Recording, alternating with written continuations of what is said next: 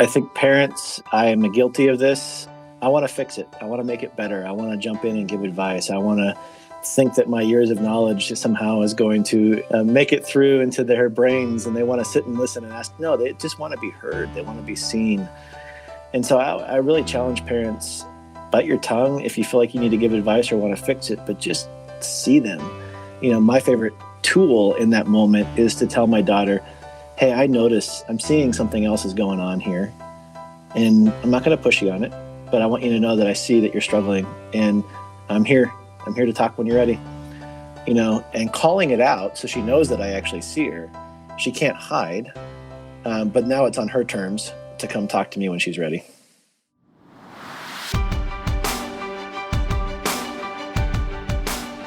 Well, welcome to the Family Life Blended podcast. I'm Ron Deal. We help blended families and those who love them pursue the relationships that matter most. Maybe you've heard there's an epidemic mental health crisis going on in today's young people in America. Kids are more connected through technology than ever before, and yet they are feeling more lonely than ever before. What is going on? And what can you do about it? How can you help your kids? That's our topic on this episode of Family Life Blended. We'll get back to that in just a few minutes. We recently got a question from Ray. She says, what event or resource is right for us? We have been blending for 5 years. We have 3 teenagers, and our marriage is struggling. I see multiple events and resources. Is one specific to our needs? What resource is a good start? Now, I don't know about you, but you may be wondering a similar question. It used to be that there just wasn't much available, especially within the Christian community, for blended families. But now, Family Life Blended, we have so many resources to choose from. And Ray's question is a good one. She's looking at a dozen book resources, video series that you can watch. Best books to start, I would suggest, are maybe the Building Love Together and Blended Families book, if you're just beginning to get your head around the blended family journey, if you will. My book, The Smart Step Family, is the most comprehensive of all the books that we have available. It's the deep dive into every corner, if you will, of the blended family house. Other resources like Gayla Grace's devotional Step Parenting with Grace is another great one, again, designed to help you connect your heart to God and each other as husband and wife as you work through that book. Other books that I've done, Smart Stepmom, Smart Stepdad. Those obviously are deep dives into that particular role if you feel the need for that. And our book on step family finances, is all about, helping you manage money as you're blending your home and thinking about the future. So the starter books are Building Love Together and Blended Families, the Smart Step Family. Then those other resources can come around that and really supplement some of that core training that you're going to get there. The core video curriculum that we have is called the Smart Step Family. It's available on Right Now Media. Again, look at our show notes. We'd be happy to get you connected to all of those resources and just pick one and dive in. And by the way, this podcast at this point has over 100 episodes on a variety of topics that are relevant to blended families. Take 2 minutes and just kind of scroll through the topics. I'm sure you're going to find something that pertains to you, and then just listen and keep going. We'd love to have you do that. And one last thought. Ray's question highlights the need for more churches doing step family ministry, stepping into this space, whether it be in children's ministry or student ministry or with adults. Maybe it's premarital with couples forming blended families, or maybe it's the marriage education program. All of those are places where you can begin to do some things. Again, we want to help you with that as well. You can host Blended and Blessed every spring. We put on this live stream one-day event that is available for churches to make available to couples in their church and community. In the fall, you can attend our summit on step family ministry. That's where we try to help people think about ministry in a local church and community. Our next one is Thursday, October 12th. It's a virtual event this year. Sit in a place where you're comfortable and participate with us on that day. This is also a great event to share with your church leader, maybe a pastor or somebody in the adult ed ministry, to tune in and learn more about what they can do, what they can just simply add to the current ministry of your church in order to be relevant to blended families. All right, boy, that's a mouthful. There's lots of options there, but that's the point. There's good stuff available for you pick a resource and dive in. Okay, Dr. Mark Mayfield is a licensed professional counselor, and he is the founder and CEO of Mayfield Counseling Centers. He is passionate about the integration of faith and mental health, and he's been featured in a number of media outlets. He's the author of 2 books at this point, The Path Out of Loneliness, and his newest book, The Path to Wholeness. Mark, thanks for joining me today on Family Life Blended. Thanks, Ron. This is great. Glad to have you. Dude, we see the headlines. We hear the reports about teen suicide and loneliness. Parents are worried about their kids, and they should be, right? What is going on out there? Can you give us some perspective on what's happening? Well, I think we blame COVID as kind of the catalyst, but I think it was boiling and building before COVID, and COVID was just kind of the break point. But I think what we're seeing is that there's just a lot of kids that are being unseen and unnoticed mentally, emotionally, physically, spiritually, whether it be the busyness of life, whether it be the struggle to find identity and purpose and place. But I think a lot of it, too, has to do with just the insurmountable level of hopelessness that's kind of been pervasive in our culture right now, in the midst of headlines and political stuff. And I mean, you name it, our kids are getting bombarded with it. And that's so ironic to me.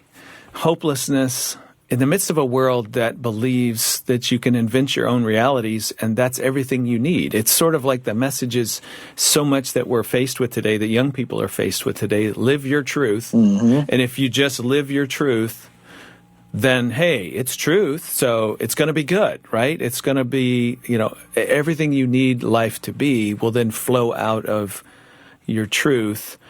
I think I hear you saying, but that's not really what people are experiencing.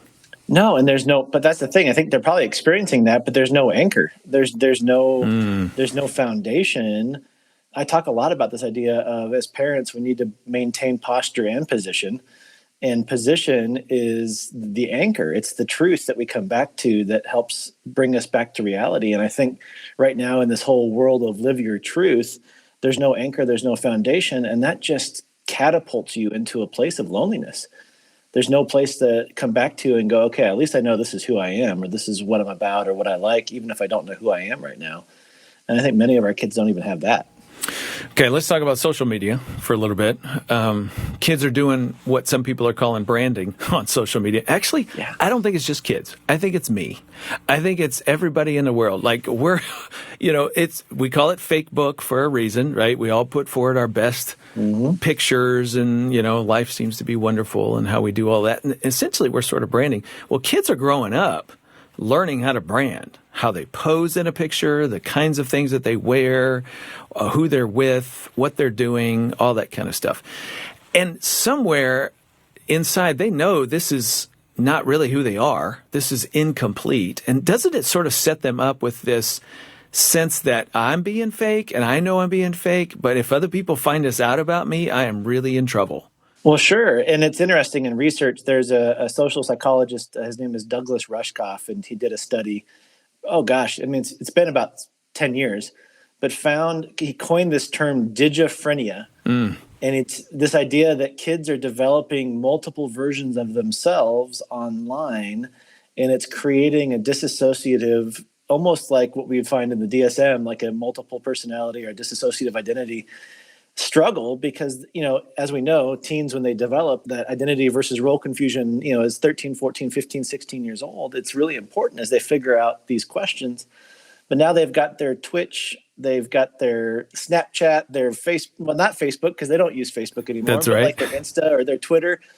And they're holding on to multiple versions of themselves. And I don't think they know really who they are, or do they know what to believe about who they are in those multiple variations of themselves. So when you say, are they being fake? I actually think they're being genuine. They think they're being genuine, which therein lies the greater chasm of loneliness, because they don't know what is fake and what is real anymore. And they've convinced themselves that what they're doing is real. Oh, wow. And then someday they wake up and they go, okay, the avatar that everybody thinks is me is not really me or not fully me. I mean, that just feels like such a fragile It is. social experience. Yeah. That there's no safety unless I keep performing and living up to my avatar and making you believe that I am everything that I'm putting forth. Yes. And that's why people are so dumbfounded when we talk about the fact that the highest risk for suicide are middle class, upper middle class, and affluent populations of teenagers. Wow. Because of that very statement that you just made, that they get to a place where one day they wake up and they realize they have no sense of substance.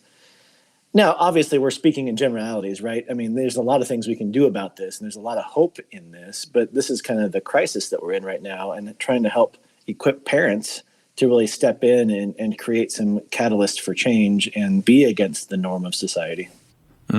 Yeah, and I definitely want to pull out of you what parents can do here in just a minute. I still want to get a wider picture. There's one other dynamic that I'm sort of wrestling with. Help me with this one. So kids have that fragile avatar experience thing that they're putting out for the world. They're doing a lot of branding. And at the same time, they get a message of live your truth. They also get a message of conformity is absolutely critical, because if you don't, we will cancel you. Right. So how do you live in that space? And that's interesting. I've asked a lot of the teens that I've worked with to help kind of tease that out. I think the generation that's getting ready to graduate in this year and in the next couple of years is a little bit more confused than I think generations coming up. Because the generations coming up, I'm finding almost this grassroots movement of, I don't really want a phone until I get to high school. I really don't want to be involved with these things. I'm kind of, balking against that. But you're right. They're caught between a rock and a hard place, that if I do these things on one side, but then if you have a differing opinion or stand out in any way, shape, or form that goes against certain things, now we're out to get you. And now we're engaged in cyberbullying. We're engaged in, like you said, canceling out. Yep. There's this whole language within social media that you can still have somebody like your picture, but do it in such a way that's actually canceling, canceling you out. So it is. I think that's where it's so important for parents to understand the culture that is before they try to enter into it, because our kids are trying to hold up just some semblance of normalcy, and I'm not even sure that they know what that means anymore.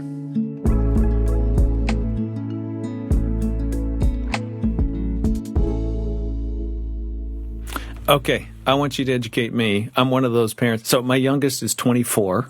Okay, Nan and I are empty nest at this point in our life. And I often think, if I had a 12-year-old, 15-year-old right now who's navigating all this stuff that we just described, I'd be clueless. I'd be struggling to, as you just said, understand that world so that I have a sense of what it is that I can do. We've talked on this podcast before about Access, which is a great ministry that helps parents understand youth culture, right? So there's some things like that you can tap into that are going to be helpful. But just in terms of dialogue with our own kids, what do you suggest are some ways that we can try to step in and have them teach us what it's like to be them? And how do parents, what's the big goal that parents should have as it relates to helping their kids wrestle with this whole identity, social media thing? Well, two things, I think. If it's not been a part of your family culture up until this point, don't just dive in and start changing things, because you're going to disrupt it completely. Find entry points. I always tell parents ask me this question all the time: when do I give my kid a phone? I'm like, when they're responsible. I said, some people that's 8 years old, other people that's 32, like, and they're still not responsible.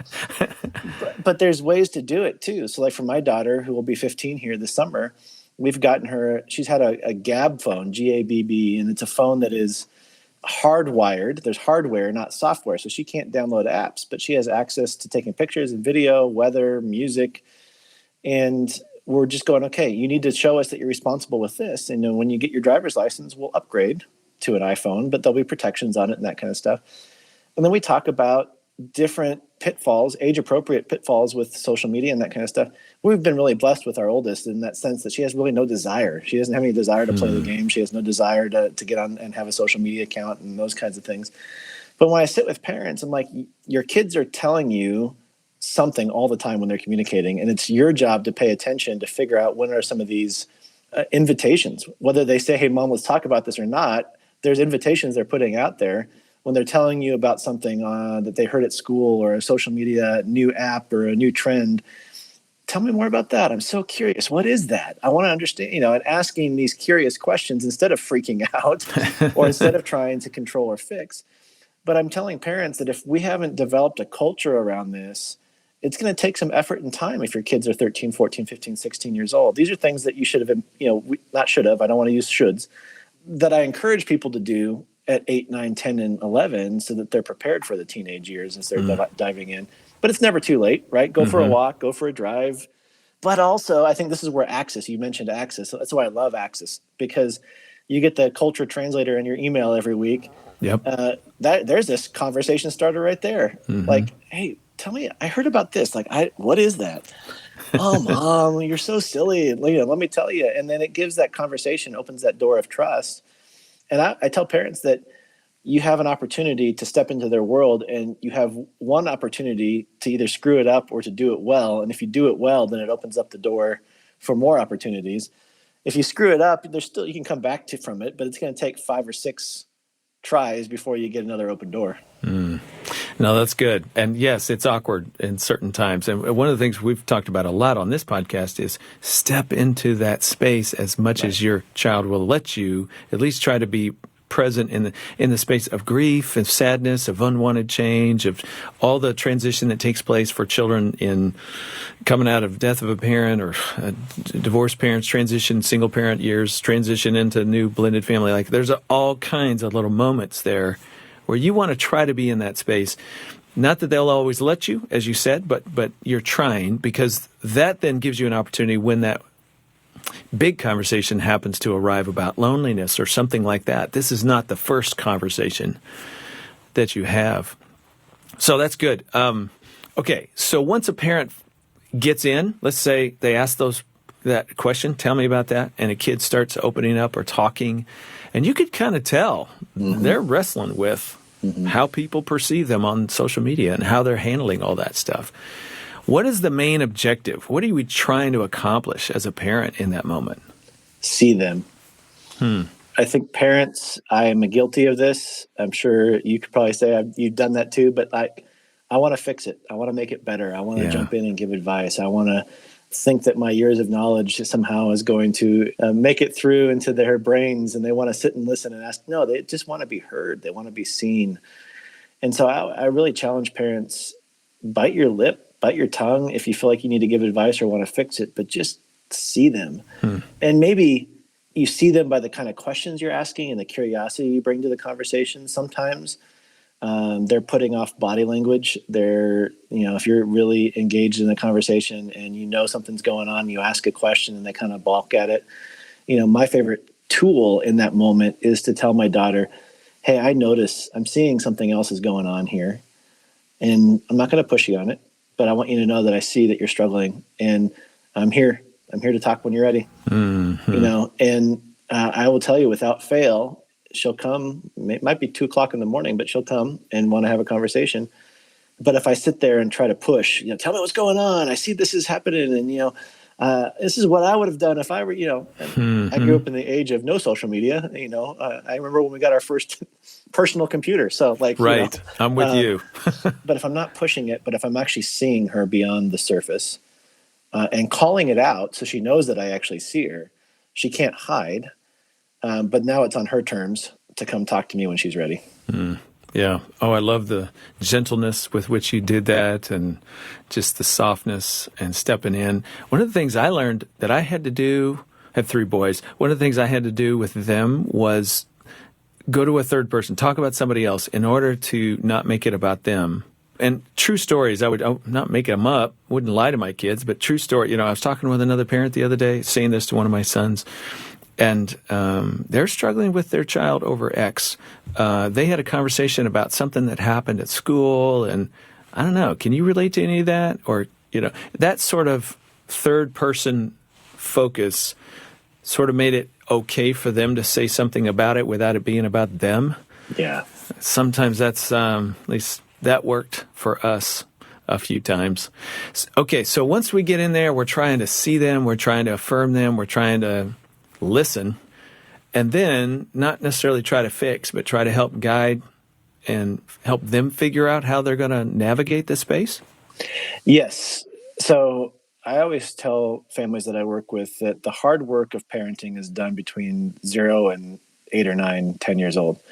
That's when we're able to kind of control the outcomes. We can put things in place that we know that we're instilling values in. But when they hit 11, 12, 13 years old, now it's our job to influence. And I think a lot of times that's a hard transition for parents because we still want to be able to control the outcome. But remember, we're not creating mini-me's. We're creating, hopefully, very well-adjusted, godly men and women that are going to engage their world. And they can't do that if everything's controlled for them. And there has to be those natural consequences. They have to have that opportunity to figure things out, develop. You can't have resiliency without grit. So you have to have both of those together. And so that's a hard transition for parents, but it is, you're right. It's that ability to kind of help guide and direct and draw out through conversation and then through influence, obviously. I mean, we can still influence them and have the ability to influence, but it's more grace-based than it is rules-based, as you get to be a parent of teenagers. Let's loop back around for a minute, talk a little bit more about loneliness. Yeah, we can go existential here, but I also want us to just sort of wrestle with the experience of loneliness, just so we can understand our kids a little better. So we all know Hebrews 13:5, God says, never will I leave you, never will I forsake you. So we sort of have this spiritual truth that we can hold on to, that we're never really alone. But my goodness, in the midst of pain and difficulty and questions and no answers, it sure feels lonely. Yeah. What impact does loneliness have on people? I mean, kids, yes, but even on us.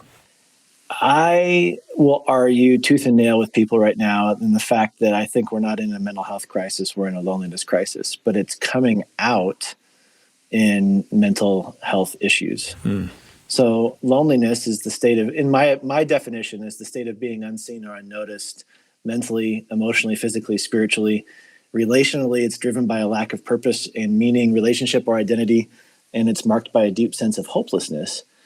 And so if you think about all those components, right, on being unseen or unnoticed relationally, mentally, emotionally, spiritually, that has a stress response engaged in that. And so when we go into that stress response, I'm not being seen, I'm not being noticed, nobody gets me, nobody sees me, nobody understands me, now my body is in a stress, fight, flight, or freeze, state. And we know that if it's kept in a flight, fight, or freeze state for long enough, it's going to create adrenal fatigue. It's going to create, a weakened immune response. And now we're opening the door to what I call disease pathways, getting sick more often. Maybe our anxiety is going to be around a lot more, depression, thoughts of suicidality. I mean, it's just, it opens the door to a lot of things. And so I really challenge, my students at Colorado Christian, the clients I work with, let's look at it through the lens of loneliness. And I think if we do, that's going to posture ourselves a lot different when we sit with people. And I think for parents, it's going to posture them a lot differently when they're sitting with their kids. Not projects to be worked on, but people that need to be seen, valued, and loved mentally, emotionally, relationally, physically, and spiritually. And that's going to positively affect our physiology, our mental health, our all those kinds of things.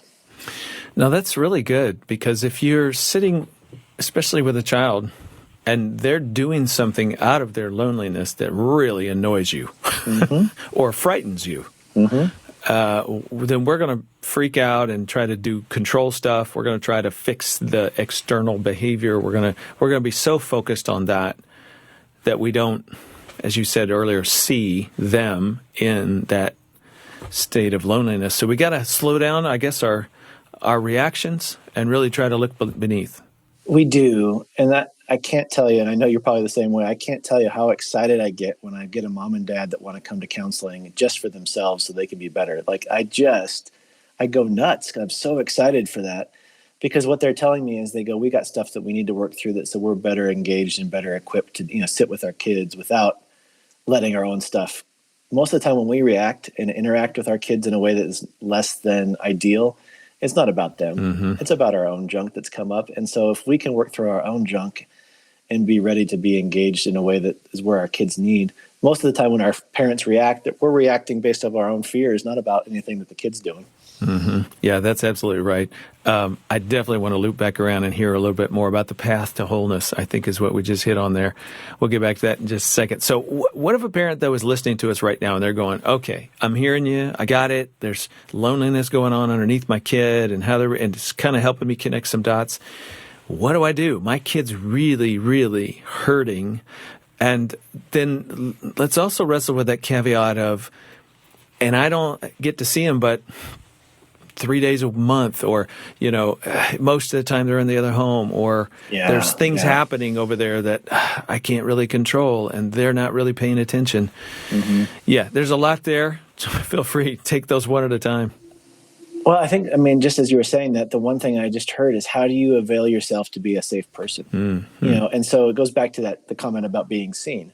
Like, how do you avail yourself to go that no matter what, rain, shine, night, day, I've made a bad choice and I need somebody to come pick me up, but I'm afraid to call the parent, whatever it is, that you're available for your child and to see them. I think that's what, especially in blended families, our kids may feel like a project, because you want to make sure that they're okay. You want to make sure that they're adjusting, there's maybe some shame and guilt attached as a parent to that as well. And so we kind of sometimes work over more than we need to on that. Just take a step back, and if there's a way that you can just allow your child to know that you're available and accessible, and then be available and accessible when they need you, and remind them of that, whether it be through a text, hey, praying for you, love you, today, hey, and remember, right? Hey, I remember we talked about this last week. How you doing with that? And if it's through a text, if you're not seeing them face to face, and they may not respond, and it's not about that reciprocal relationship right now. We don't really have a reciprocal relationship with our kids until they get out of the house and become adults and that kind of stuff. So don't expect them to respond, and don't make them feel bad if they don't, but keep consistent in that being accessible and available and finding ways to remember and see our kids.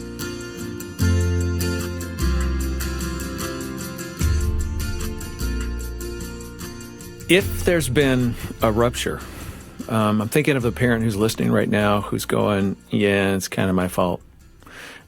Whatever the backstory is, I know I'm part of the problem, that my kid feels disconnected from me, and that's adding to their loneliness.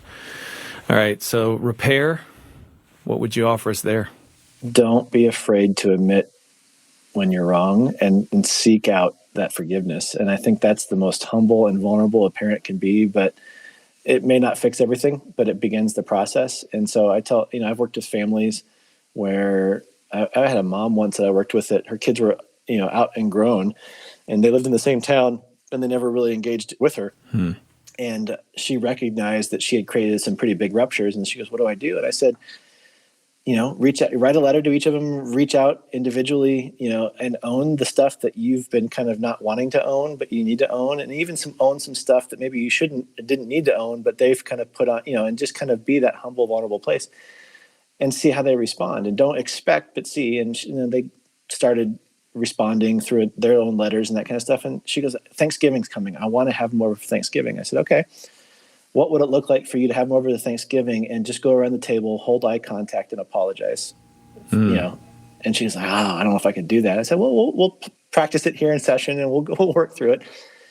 But she owned a lot of the things that led to their divorce and those kinds of things. I think they lived with their dad instead of her. But she had, recommitted her life to Christ, recognized some of those things. And so she did, and she came in about 4 weeks later just beaming ear to ear. And she goes, my kids called me this week. They wanted to come over and bring the grandkids, and they wanted to engage. Wow. And she goes, I thought it was too late. And I'm like, it's never too late if we recognize the rupture and begin to make the repair. Now, it took her like 6 months from the time that we started, and she wrote the letters and she put herself out there.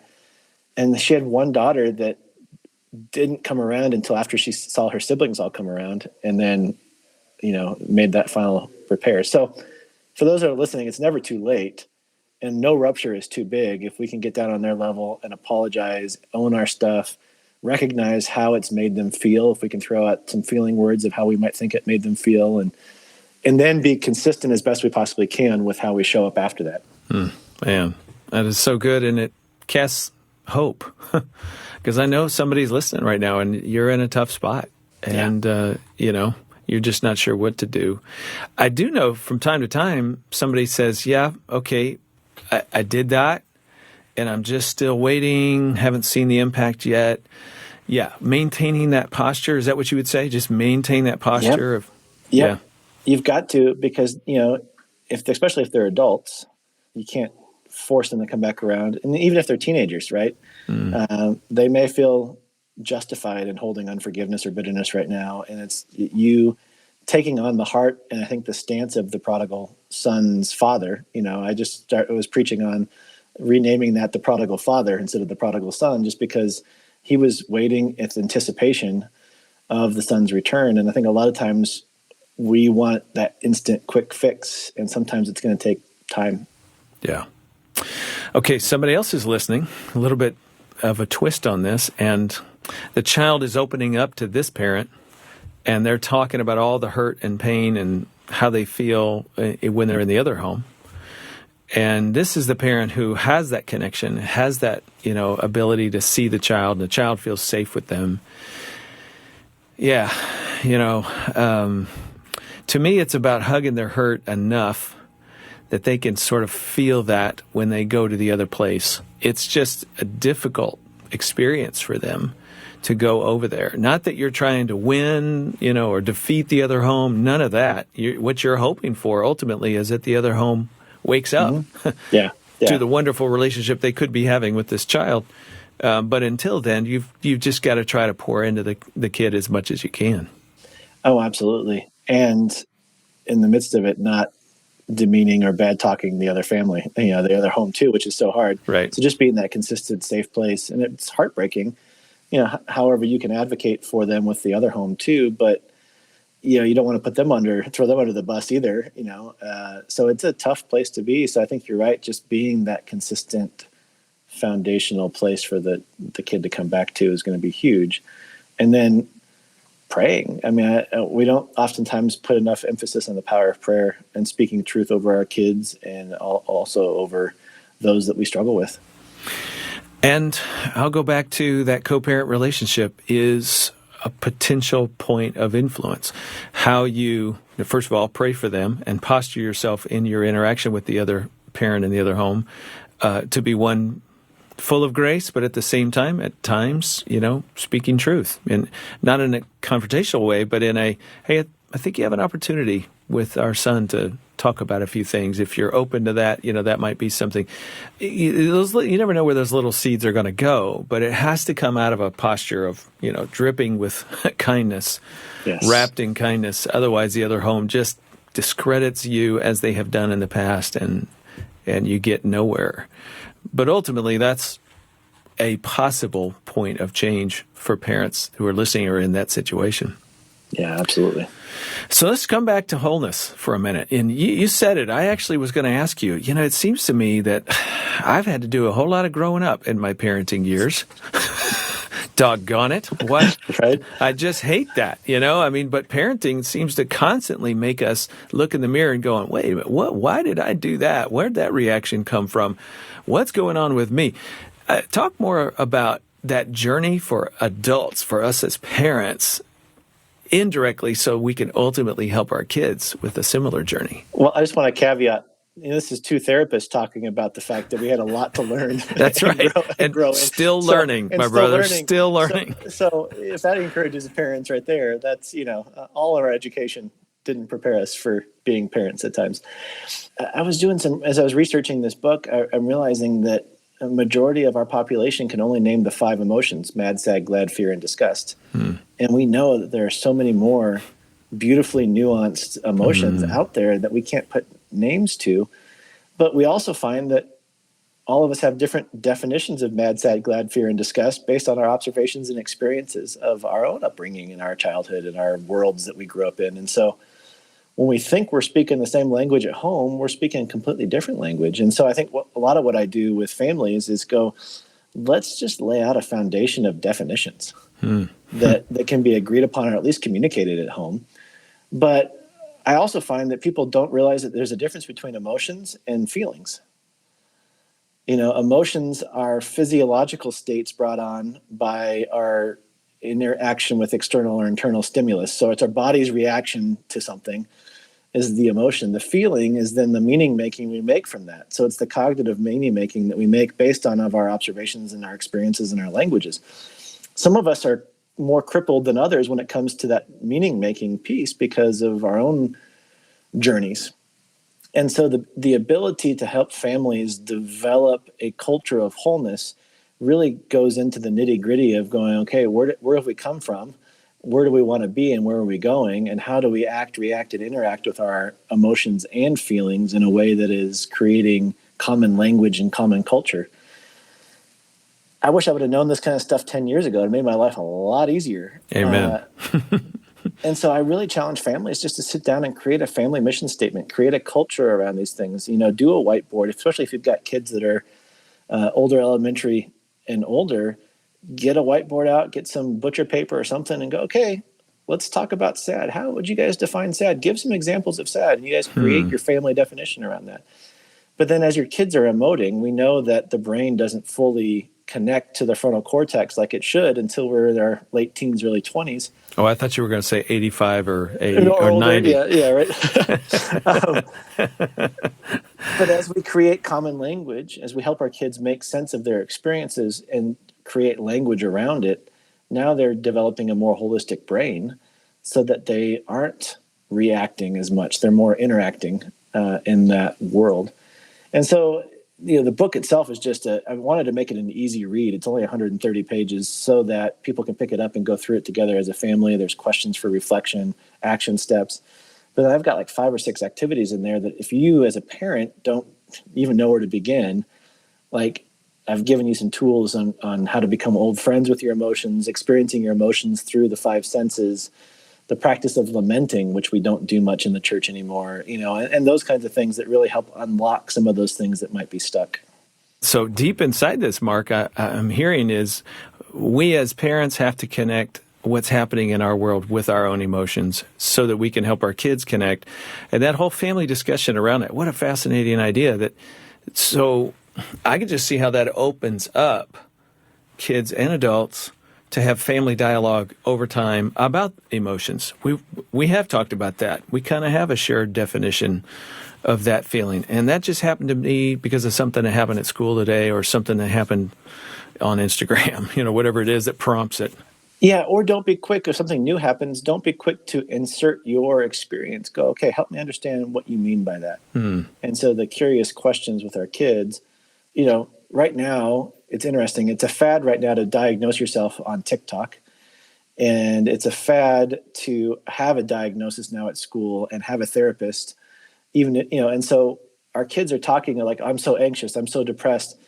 And instead of jumping down their throats and, no, you're not, la, la, la, you're totally, hey, help me understand. What do you mean by depressed? What do you mean by anxious? And it's probably just sadness or worry. It's a desire to fit in. We've actually swung the pendulum so far now that it's a fad to have these things versus the stigma.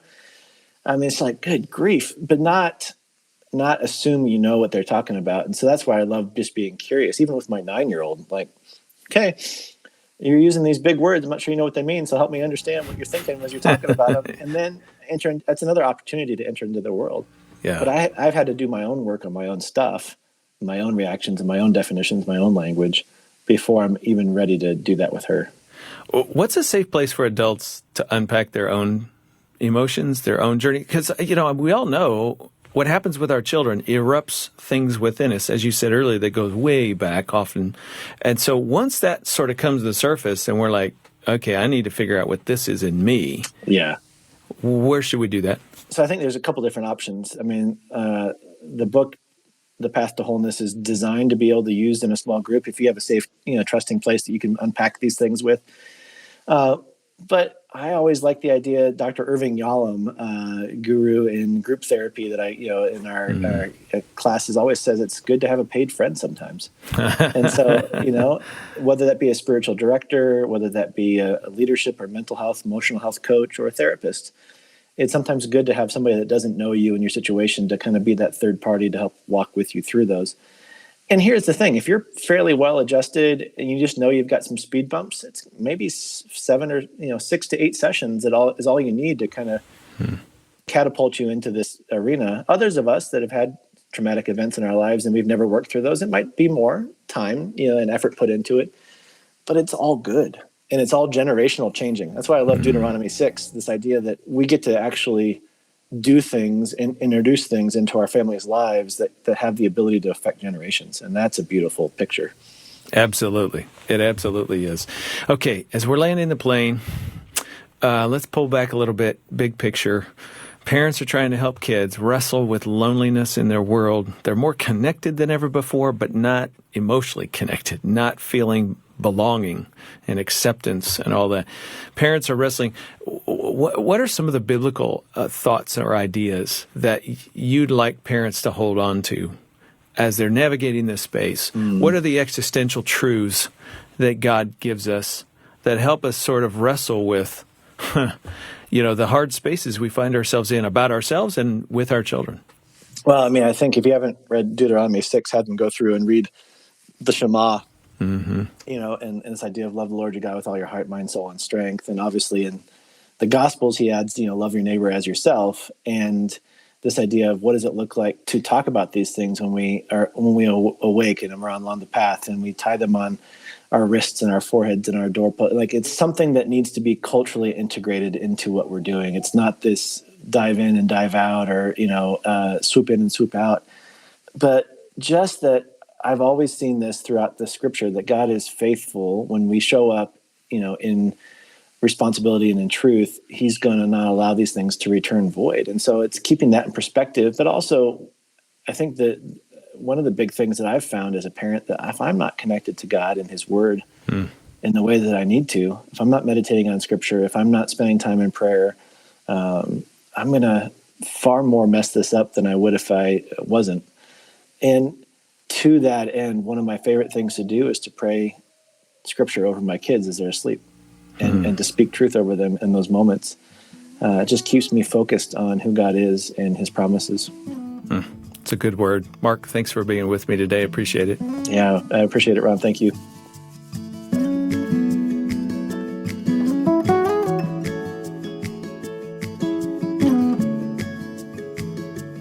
If you, the listener, want to know more about Mark and his work, you can look in the show notes. We'll get you connected to what he's doing. If you got a question, you can leave that for us as well. The show notes will tell you how you can get in touch with us. And if you haven't subscribed to this podcast yet, my goodness, we'd love to have you do that. Don't miss another episode. And as I said earlier, over 100 episodes for you to browse, find subjects that are specifically relevant for your family. We got 5 stars from Brandy on Facebook. She says, love the FamilyLife Blended team. They have really helped me a lot in many different situations. I get their emails, devotionals, and follow them on Facebook and Twitter, and I listen on the radio. Wow. Well, thanks for doing that, Brandy.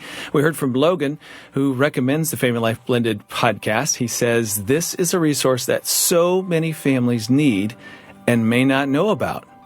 Well, yeah, that's right, Logan. But if our listeners right now would take 2 minutes to post this on social media or share with a friend, think of one specific friend you just want to forward this to. You think it might be encouraging for them. Then, who knows? Somebody might find the help that they need. We would appreciate you doing that. That helps us find new listeners and, expands the kingdom.